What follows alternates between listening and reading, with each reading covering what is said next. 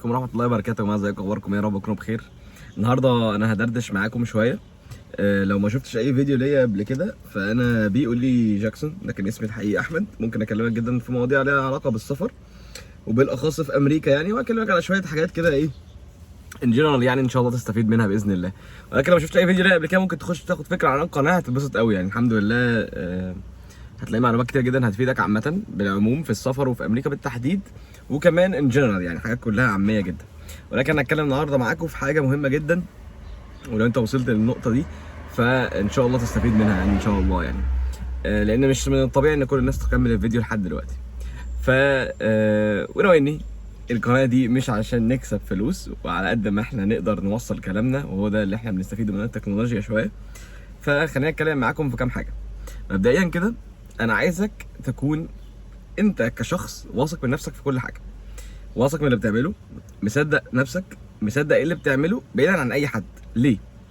حتى صحابك يعني تلاقي مثلا ايه، صحابك، انا بتكلم على صحابك اللي بجد، صحابك الحقيقيين. مهما كان لو عايز تنجح طبيعي انك هيبقى في ضريبه على صحابك دول ان انت تبعد عنهم شويه. تمام؟ طيب صحابك الحقيقيين دول هل هم هينفعوك في التقدم او هينجحوك؟ غالبا، فغالبا ماشي، غالبا دي ممكن تكون 90%. لا. طيب تقول لي ليه يا جاكسون؟ هل هم مش حابين خير؟ لا، عشان هم شافوك في حته معينه ما ينفعش يشوفوك في غيرها. فطبيعي ان هم مش يعني اللي هو الناس كلها هتشوفك بحاجه وانت في وسطهم حاجه تانية، وده الطبيعي. فما تقولش مثلا ليه انا اصحابي وليه انا اصحابي. تمام؟ ده رقم واحد. طيب رقم اتنين، دي مش حاجه تزعلك منهم ومش حاجه تفرحك فيهم، لا، هي حاجه طبيعيه جدا. حاجه طبيعيه جدا ان الناس عامه اللي قريبين منك بيكونوا عارفينك وشايفينك بطريقه معينه صعب ان يشوفوك زي الناس اللي ما يعرفكش. تمام؟ ده رقم واحد. طيب الحاجه التانيه لازم تبقى عارف ان الناس اللي حواليك هي ناس غصب عنهم، ناس وقت في حياتك. طيب تقول لي يعني ايه يا جاكسون؟ بص يا سيدي، دلوقتي انا واحد عندي اصدقاء من ايام المدرسه، حلو، جميل جدا. تقول لي هل انت تعرفهم؟ اقول لك لا. تقول لي لا ليه؟ اقول لك لان انا ما بتكلمش معاهم كتير. بس ده مش معناه ان علاقتنا مقطوعه. بمعنى احنا مثلا دلوقتي انا واصحابي دول، او هم دول الناس الوحيده اللي حرفيا ممكن تكمل معاك للاخر، ولكن مش معناه ان انا ما بتكلمش معاهم ان هو مش صحابي. لا، في يوم من الايام هشوفهم ونسلم على بعض وننزل نقعد، لان بيجمعنا ذكريات وحاجات جميله كتيره جدا هي اللي بتقعدنا في القصه دي وبتخلي الصداقه دي موجوده. ولكن اي حد تاني في حياتك فغالبا الصحاب مختلفين، متغيرين على حسب الوقت اللي انت فيه. يعني مثلا واحد صاحبنا عنده شله من صحابه، تمام؟ الشله من صحابه دول يمكن القدر خلى ان الناس دي يبقى هم دول الفتره بتوع اصدقائك في الفتره دي في حياتك. فتره الاصدقاء في الحياه متغيره. بمعنى انا دلوقتي مثلا اعرف ناس، يمكن لما مثلا يعني لما الواحد ينجح شويه او الواحد يوصل لحاجه معينه ربنا يكرمه فيها، فغصب عنه طبيعته في الحياه بتتغير ومشاغلهم بيتغيروا، فطبيعي انك بتقلل كلامك معاهم وبتبتدي تتعرف على ناس جديده تبع الحاجه اللي انت بتعملها، فغصب عنك بتعمل السويتش ده. في ناس بقى الكويسه، في ناس اللي بتفهم، ممكن تطلع من كل شله مثلا باتنين ولا واحد مثلا في الكتير قوي، الناس اللي بتقدر تفهم وتقدر يعني ايه كلمه صداقه. الموضوع مش صداقه علشان احنا بننزل مع بعض وبنعمل مع بعض وبنروح وبنيجي. صداقه هنا مختلفه قوي. صداقه ان انت تبقى خايف على الشخص ده وانك تكير وتشوف ان مستقبله ده الافضل ليه. مش معنى ان هو ما نزلش، مش معنى ان هو ما عملش ده ان هو يبعد عنك، لا، لو بعد عنك صدقني انت الصح مش انت غلطان. لو بتحاول تعمل حاجه كويسه وانتوا لسه صداقتكم مكمله فجميل جدا. انا اعرف ناس صحابي احنا حرفيا كلنا كل واحد متهجر في حته ولحد النهارده نعرف بعض عادي. مش ايه ده بقى انت بتعمل ايه، انت اتغيرت، دي طبيعه الحياه. فاهم قصدي؟ ده رقم واحد. او رقم ثلاثة بقى، رقم ثلاثة او رقم أربعة، فكره ان الصحاب متغيره دي ليه بتبقى متغيره؟ ممكن واحد ما يتفقش معايا في ده، ولكن ليه هي متغيره؟ لان طبيعي جدا ان انا مثلا اصدقائي القريبين مني هم مثلا يعني اصدقاء المدرسه والجامعه ومش عارف ايه، ففي الوقت ده احنا حياتنا كلها بتبقى ايه، بتشتغل شغلانه بسيطه وبتنزل تقعد على القهوه وبتلعبوا كوره مع بعض والكلام ده كله جميل، فانت عندك وقت لكل الكلام ده. طيب لما ببتدي اخش في فكره بقى الشغل الحقيقي علشان اقدر اوقف نفسي واحوش فلوس واعمل فلوس علشان اقدر ان انا افتح بيت، في الفترة دي انت حياتك بتبقى معتمدة على الشغل، 90% من وقتك بيروح على الشغل والبيت. فوقتك اللي بتخرج فيه مع صحابك اللي هم قعدتهم قهوه ومش عارف ايه، اللي هم صحابك اللي بجد قليله. فلو كانت زمان 10 ساعات فبقت دلوقتي ساعه. واصحابك اللي انت بتتعرف عليهم في الشغل بيبقوا ب 12 ساعه. فمن الطبيعي الناس اللي انت في وشها 12 ساعه دول يبقى هم اقرب ليك، تمام. وغير كده بيبقى في بقى انت اكتيفيتيز بقى، يعني احنا قاعدين في الشغل في مره، طب ايه رايكم ان احنا ناخد مركب ونطلع السخنه نعمل ديش بارتي في البوت مثلا؟ ايه رايكم لو احنا عندنا مش عارف ايه، طب ده في حفله مش عارف مين، ده في عيد ميلاد مين في الشركه، طب.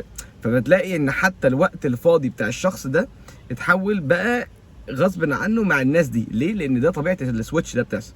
اللي بيحصل هنا بقى ايه؟ الناس اللي بيتكلم مع بعض اللي بتكمل دول بيبقى في تاتشات ما بينهم، تليفون كل فين وفين، مش عارف ايه كل فين وفين، سفريه مع الشله كلها كل فين وفين، عارف بتبقى كده.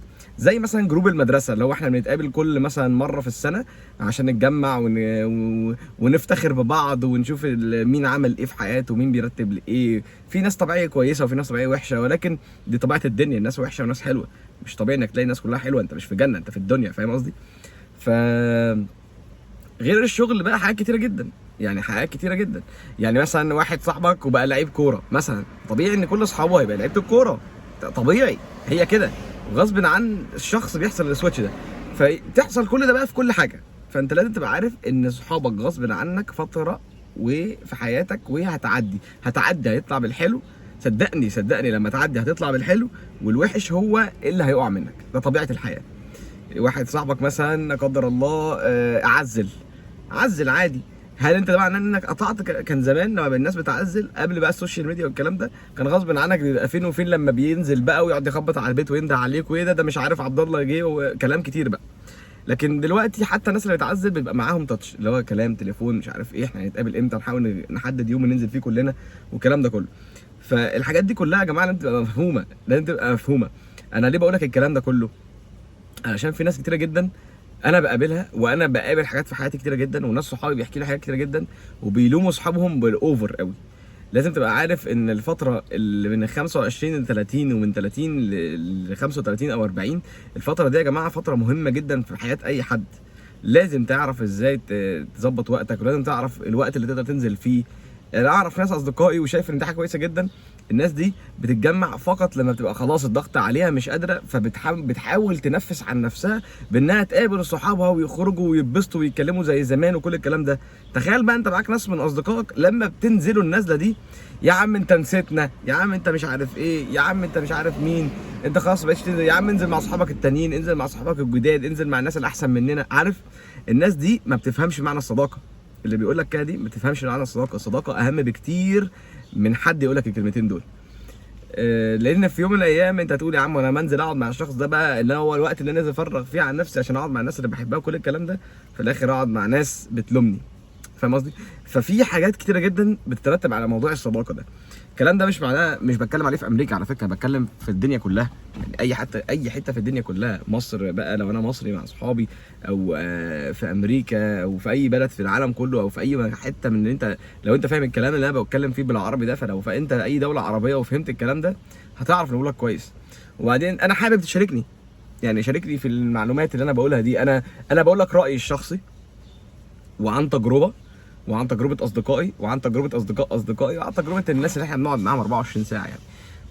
والناس دي بسم الله ما شاء الله ناس تقيله، يعني الناس يمكن ما تعرفش السبيس او الناس اللي حواليا يعني، ولكن في ناس كتيره جدا الحمد لله مركزها كويسه جدا ووصلت لحاجات كبيره جدا في حياتها. فالناس دي طبيعي انك تاخد منها كلام، لان الناس دي عدت بحاجات كتيره جدا. حاجه اخيره برضه قبل ما انهيها، ما تحبكش الدنيا قوي مع البوس بتاع شغلك. اي بص في العالم حتى لو انت بتشتغل هالك نفسك، من الطبيعي ان هو دايما يضغط عليك بان الشغل مش عاجبه علشان تفضل في القمه دي.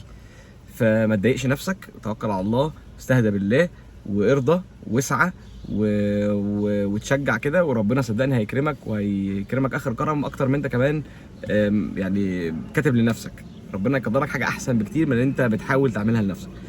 فاكتب لي رايك في الكومنتس تحت، ولو عندك اي سؤال ممكن برضه تساله تحت ان شاء الله. واشوفكم في فيديو جديد باذن الله. عندك الواتساب، ولو احتجت اي حاجه عن السفر فهتلاقيها في الفيديوهات اللي فاتت ان شاء الله. ولو احتجت تعرف اي حاجه ممكن تسيبها في الكومنتس، وعايز تخش على الجروب عندك الانستجرام ممكن تعمل سبسكرايب، وان شاء الله تخش على الجروب قريب باذن الله.